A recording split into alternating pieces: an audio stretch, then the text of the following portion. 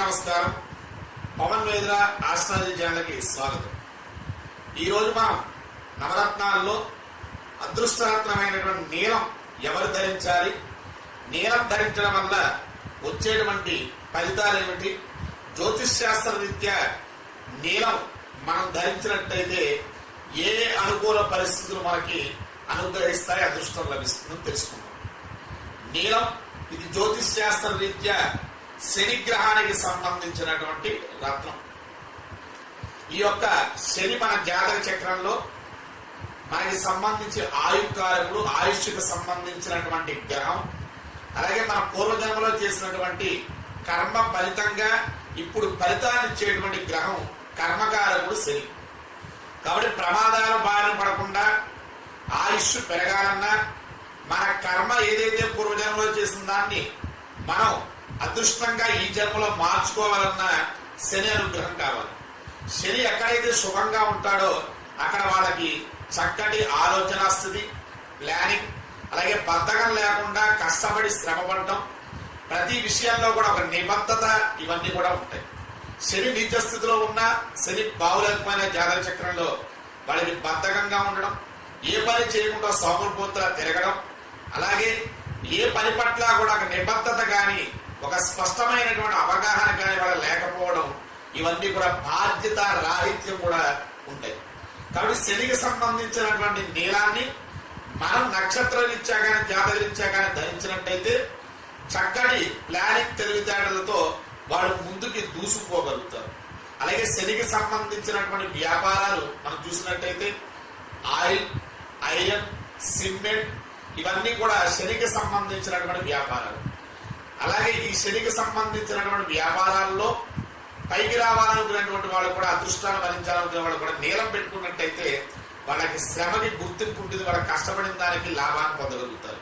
ఇక నీలం ఎవరు ధరించాలి మనం చూసుకున్నట్టయితే జ్యోతిష్ శాస్త్రరీత్యా పుష్యమి, అనురాధ, అలాగే ఉత్తరాభాద్ర ఈ నక్షత్రాల్లో పుట్టినటువంటి వాళ్ళు నీలం మధ్యవేలికి వెండిలో ధరించవచ్చు. అలాగే జాతక రీత్యా చూసుకున్నట్టయితే మకర లగ్నం, కుంభ లగ్నం, వృషభ లగ్నం, తులా లగ్నంలో పుట్టినటువంటి వాళ్ళు కూడా నీలాన్ని ధరించవచ్చు.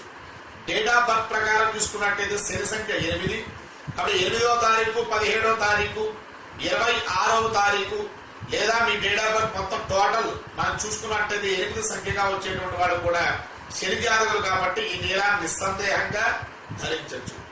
శని ఎక్కడైతే ఉంటాడో ఐశ్వర్యాన్ని, అలాగే పేదరికాన్ని కూడా ఇస్తాడు. కాబట్టి శని అనుగ్రహించినట్టయితే ఐశ్వర్యంతో పాటు మనకి అదృష్టాన్ని కూడా కాగచేసేటువంటి గ్రహం. అలాగే మీ జాతక రీత్యా ఏళ్ళనాడు శని నడుస్తున్నటువంటి వాళ్ళైతే 7.5 సంవత్సరాల పాటు శని యొక్క మన కష్ట నష్టాలకు గురవడం 7.5 సంవత్సరాల పాటు ఏళ్ళనాడు శనిలో ఉంటుంది. కాబట్టి ఏళ్ళనాడు శనిలో కూడా 7.5 సంవత్సరాలు కూడా నీలాన్ని వెండిలో మధ్యవేలికి ధరించినట్టయితే కొంత ఉపశమనం లభిస్తుంది. అలాగే శని వచ్చేసి మనకి అదృష్టాన్ని ఇవ్వడమే కాకుండా మనం ఎక్కడైనా గుర్తింపు పొందాలన్నా శని అధిపతి. అలాగే శనిని సబార్డినేటర్ అంటాం, అంటే కింద పనిచేసేటువంటి ఒక శ్రామికుడు అని. కాబట్టి శని అనుగ్రహం పొందాలంటే శ్రామికుల్ని మన కింద పనిచేసేటువంటి వాళ్ళని సరిగ్గా చూసుకోవాలి.